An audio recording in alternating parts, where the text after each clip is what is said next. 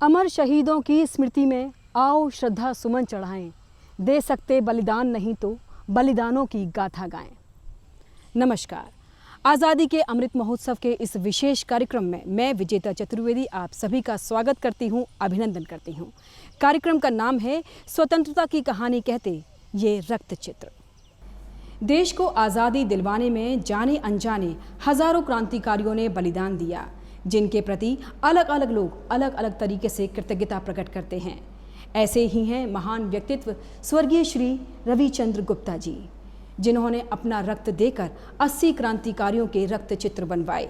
चित्रकार गुरदर्शन सिंह विंकल से।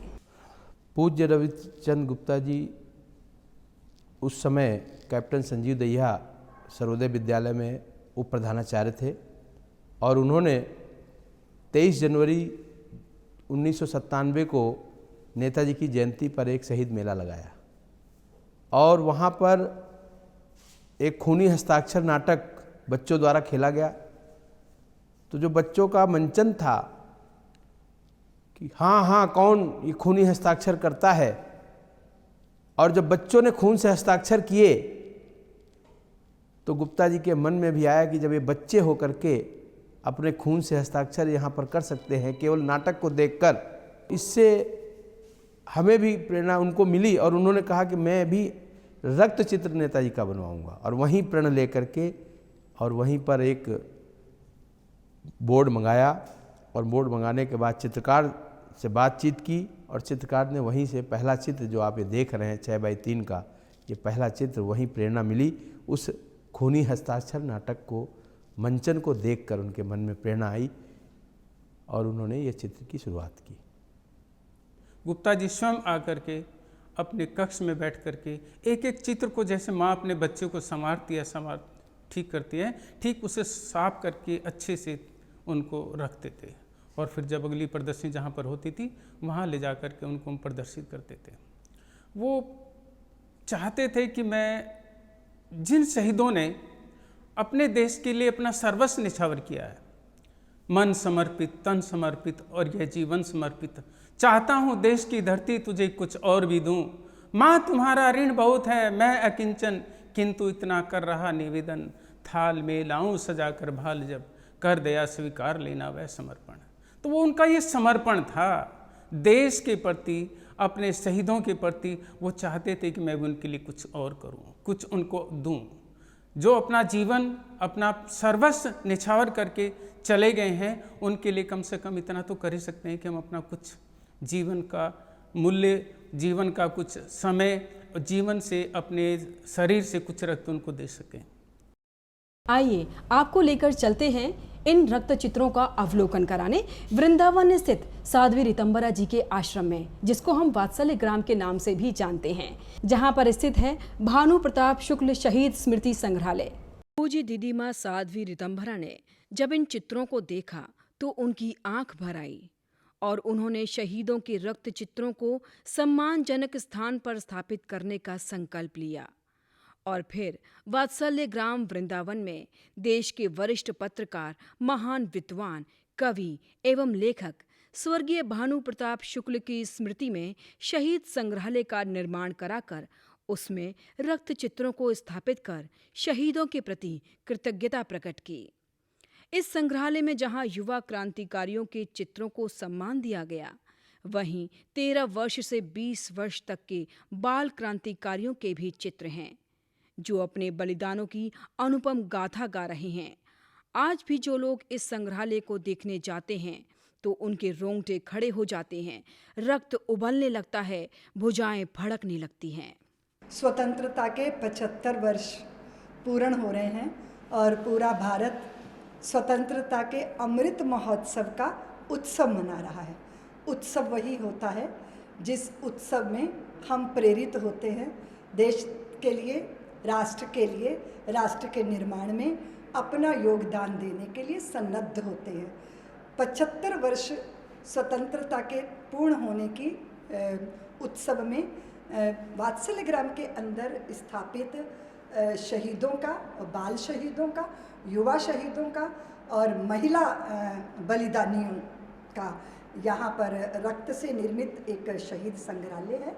जहाँ आकर हमारा हृदय जज्बे से, जुनून से, देशभक्ति से ओतप्रोत हो जाता है और हमें समझ आ जाता है कि ध्येय क्या होना चाहिए और ध्येय निष्ठा कैसी होती है। बलिदानियों की शरण में आके निश्चित रूप से एक अद्भुत दृष्टि मिलती है जो हमें जीने का मर्म भी सिखाती है और जीने का तरीका भी सिखाती है। और अगर मृत्यु का भी वर्ण करना हो तो वो स्वयं की महत्वाकांक्षाओं के लिए नहीं, वो होनी चाहिए तो फिर वो भी किसी बड़े लक्ष्य और बड़े उद्देश्य को लेके होनी चाहिए कि आप इच्छाओं का दमन करके राष्ट्रहित को सर्वोपरि मान के उसके लिए बलिदान हो जाएं। ये प्रेरणा हमें यहाँ पर आके मिलती है। वैसे भी कहा गया है कि शहीदों की चिताओं पे लगेंगे हर वर्ष मेले, वतन पर मिटने वालों का यही बाकी निशान होगा। ऊपर त्रिलोक सिंह पागंती, इनका ये भी उत्तर प्रदेश के चुनौदा गांधी भवन, गांधी आश्रम के भवन में 10 अक्टूबर 1942 को इन्होंने तिरंगा फहराया था और झंडा उतारने से मना करने पर पुलिस ने इनको पीटा था। और 26 दिसंबर 1942 को इन्होंने अल्मोड़ा के अस्पताल में अपना बलिदान दे दिया था। डॉक्टर चंपक रमन पिल्लई, ये जो हैं ये भी राजनीति में, अर्थशास्त्र में बहुत सारी डिग्रियां उनको प्राप्त थीं और यूरोपियन देशों की सरकारों को भारत को स्वतंत्र करने के लिए उन्होंने बहुत अपना योगदान दिया। षड्यंत्र केस में गिरफ्तार हुए थे और अंडमान की जेल में रहे और वहाँ पर इन्होंने भूख हड़ताल की थी और इनको वहाँ नाक द्वारा दूध पिलाया गया और उनके फेफड़ों में चला गया था।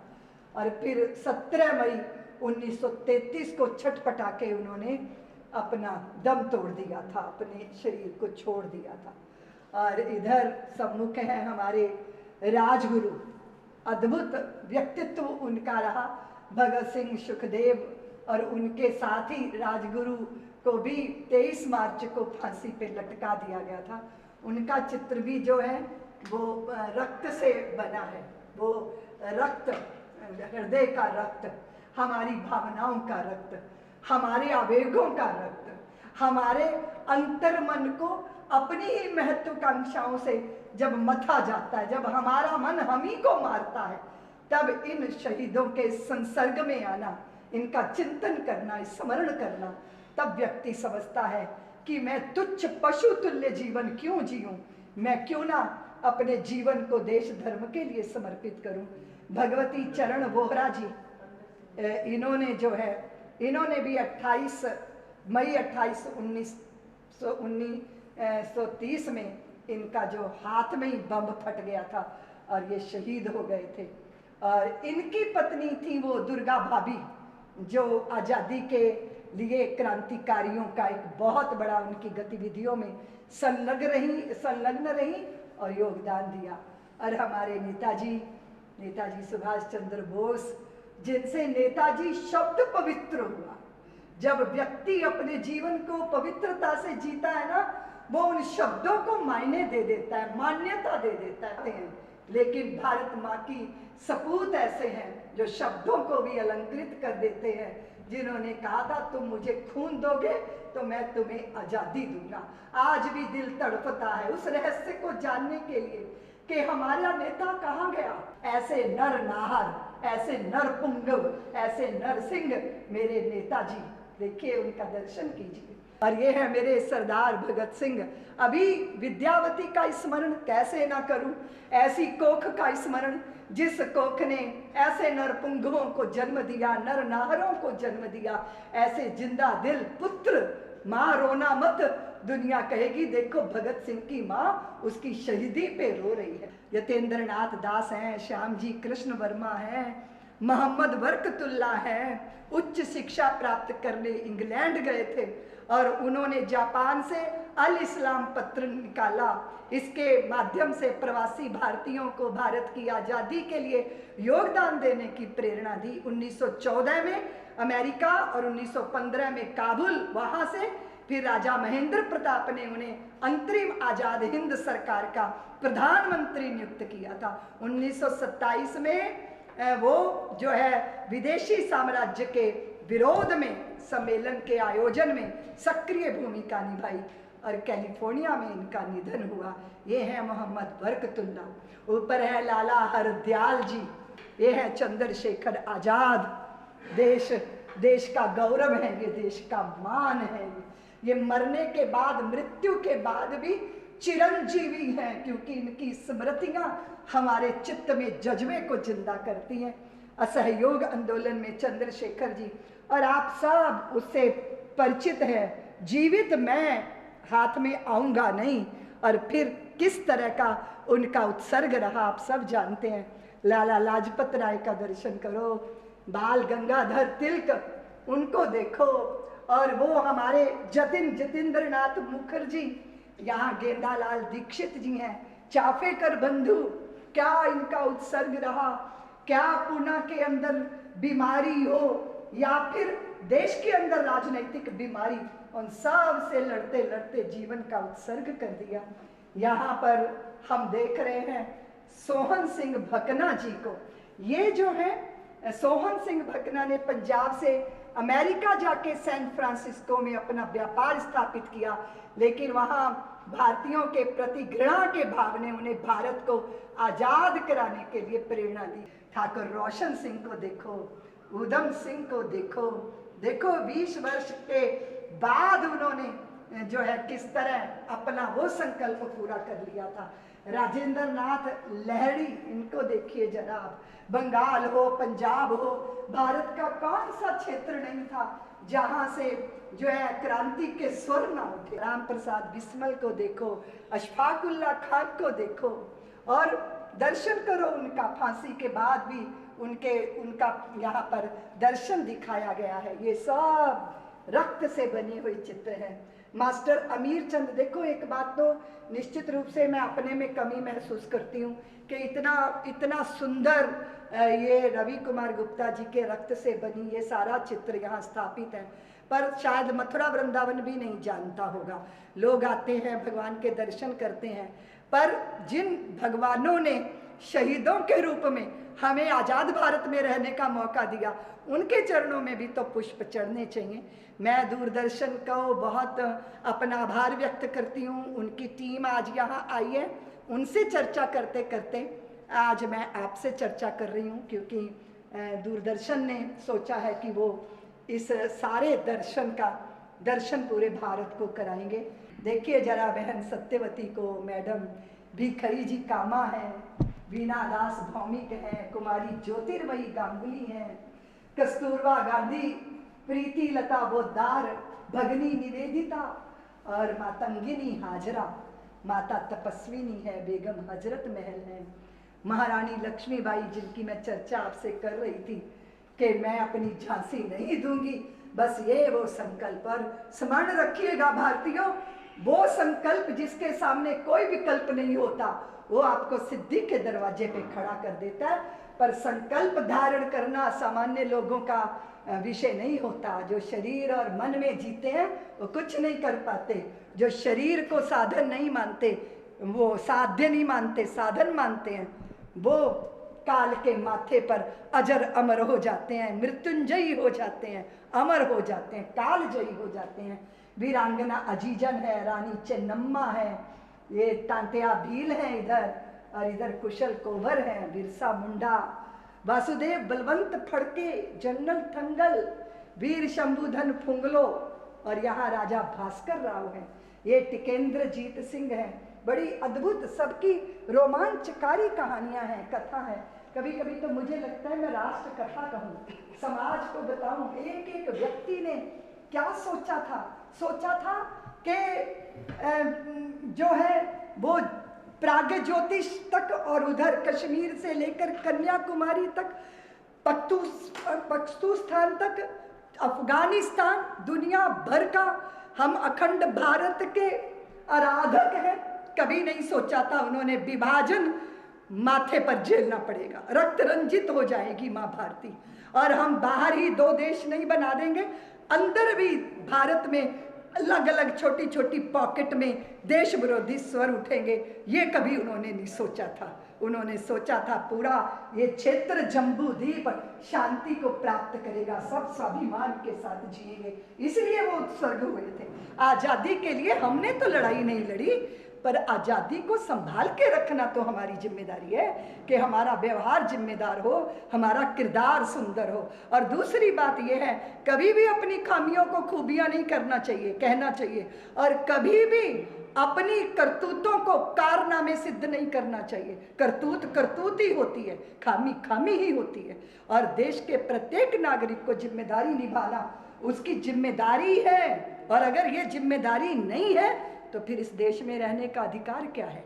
इसकी हवाओं को विषाक्त करने की जिम्मेदारी ये ले ली, ये तो राक्षसी व्यवहार है। और इस धरा पर रहने वालों के व्यवहार में देवत्व होना चाहिए, वो देवत्व जागे, इसलिए यहाँ आकर देखना चाहिए।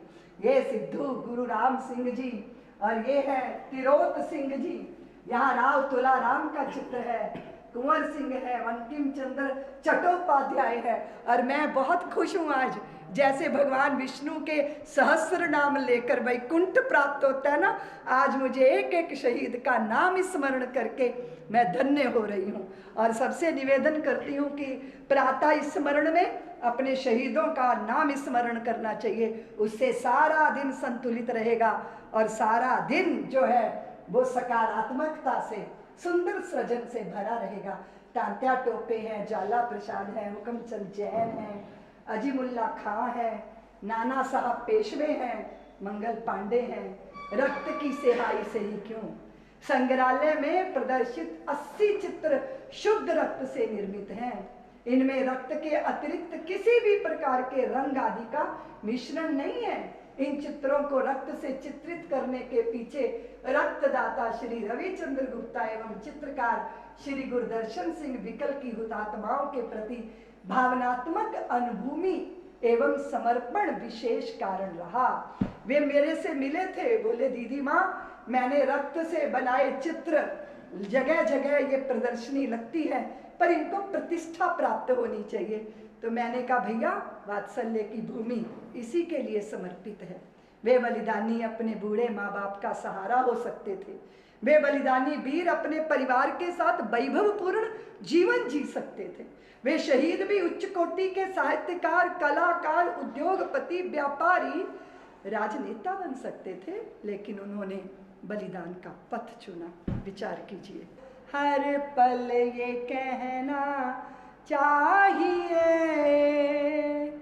मैं रहूं या ना रहूं, भारत ये रहना चाहिए, सिलसिला ये बाद मेरे यूं ही चलना चाहिए,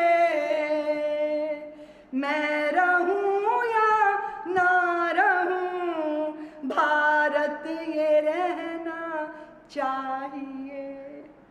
अग्निपथ देखना है, देखिए अग्निपथ, वो है अग्निपथ, वो है अग्नि योद्धा, वो है अग्निवीर। उनकी कारण ये बड़े नहीं है, ये बालक हैं, ये बच्चे हैं। इन अग्निवीरों के कारण, इन अग्नि योद्धाओं के कारण वो जो अग्निपथ पर चले, तब देश के अंदर आजादी का उजास पैदा हुआ। कुमारी मैना छोटी तो है, नन्ही सी, कोई लालच, कोई प्रताड़ना, कोई कोई कोई कोई इनाम जिसको प्रभावित नहीं कर सका। हमें तो बड़ी व्याकुलता होती है ना कि हमारा पूरा भविष्य, और भविष्य पुरुषार्थ के बल पर सुरक्षित होता है भविष्य, और भविष्य के लिए खाली नौकरी पर्याप्त नहीं होती, लक्ष्य भी होना चाहिए, ध्येय भी होना चाहिए। देखो अग्निपथों के वीरों को देख लो, कुमारी मैना है, हरिगोपाल बल है, दत्तू रंगारी सिर्फ 13 वर्ष के थे। ये अंग्रेजों भारत छोड़ो नारा लगा रहे थे, और पीछे से चेतावनी आई, हट जाओ हट जाओ, नहीं हटा। माँ भारती का सपूत सीना तान के खड़ा रहा, और पीठ पे नहीं खाई गोलियां, सीने पे झेली थी। लेकिन वहां प्रश्न स्वयं का नहीं था, भारत के स्वाभिमान का था। हमारे रमेश दत्त मालवीय, इनकी भी आयु 16 वर्ष की, कुमारी मैना भी 13 वर्ष की, ये 13 वर्ष के, हरिगोपाल बल भी 13 वर्ष के, सोमा भाई पंचाल सिर्फ आयु 15 वर्ष। भारत भारत भारत मेरा भारत, मेरी भारत माता, ये थी वो संजीवनी बूटी जो इन बच्चों के हृदय के अंदर ऐसी प्राणवंत सत्ता को स्थापित कर गई। और गोलियों की वर्षा में सोमा भाई चले गए। ये उस समय 15 वर्ष के थे। लक्ष्मण योश जी, इनकी आयु सिर्फ 16 वर्ष थी और लक्ष्मण ने सभी ने अवज्ञा आंदोलन में भाग लिया। 6 महीने कारावास में वो जेल भोगी, जेल में कठोर यातनाएं। उस बालक की कोमल काया झेल नहीं पाई, क्योंकि शरीर की सीमा होती है पर संकल्पों की कोई सीमा नहीं होती। और ऐसे नर नाहर जो है, ऐसी जीवात्माएं शरीर में यात्रा करती हैं, शरीर मिटते हैं, उन्हें मृत्यु भी नहीं मिटा पाती। लक्ष्मण जोशी जन्म 1916 में हुआ था, सतारा महाराष्ट्र का पुत्र है ये। बालाजी रायपुरकर, ये इनकी आयु 16 वर्ष की, 4थी क्लास में पढ़ने वाला बच्चा। सोचिए जरा, 4th कक्षा का छात्र बालाजी। दिनांक 16 अगस्त 1942 को पुलिस स्टेशन चिंबूर पर तिरंगा फहराने के लिए जुलूस निकला। बालाजी सबसे आगे चल रहे थे, पुलिस द्वारा गोली चली और वहीं बलिदान हो गया। बादल गुप्ता, ये 18 वर्ष के थे, कोलकाता जेल का आईजी। सिम्पसन बड़ा क्रूर और अत्याचारी था और वो अत्याचारों की कहानी आप सब जानते हो। विनोद किनारी वाला 18 वर्ष का बालक, शहीद बच्चों की गौरव गाथा है ये। दत्तात्रेय जोशी 18 वर्ष के थे ये। 1942 की क्रांति में दत्तात्रेय जोशी एक पुलिस स्टेशन पर बम फेंकते हुए पकड़े गए थे। भयंकर यातनाएं हुई और 1947 में यातनाओं के कारण ही उनका शरीर छूटा था। नरेंद्र नाथ दास गुप्ता 19 वर्ष के, ये हैं शंकर महाले, सिर्फ 18 वर्ष के बच्चे। ये बच्चे हैं मेरे 13 वर्ष से लेके 18 वर्ष, 20 वर्ष, 21 वर्ष तक इनके दिल में माँ भारती थी और कुछ नहीं था। ये निर्मल जीवन घोष, ये इनकी उम्र सिर्फ 17 वर्ष थी।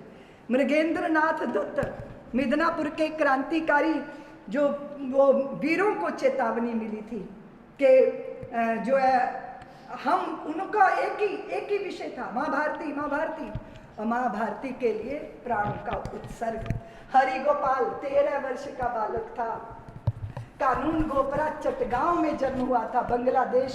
बांग्लादेश की धरती का पुत्र, नन्ना नरपुंगव, नन्नी किसले जिसको बोलते हैं ना, पुष्प नहीं बना, कली ही है, लेकिन अमर हो गए। ब्रज किशोर चक्रवर्ती, इनकी आयु 18 वर्ष थी। ये हैं प्रद्योत भट्टाचार्य, आयु सिर्फ 20 वर्ष, और देश के लिए फांसी का फंदा चूम लिया था। इस शहीद संग्रहालय में देखिए उत्सर्ग क्या होता है, कैसा होता है, और मृत्यु के बाद भी व्यक्ति कैसे अमर रहता है।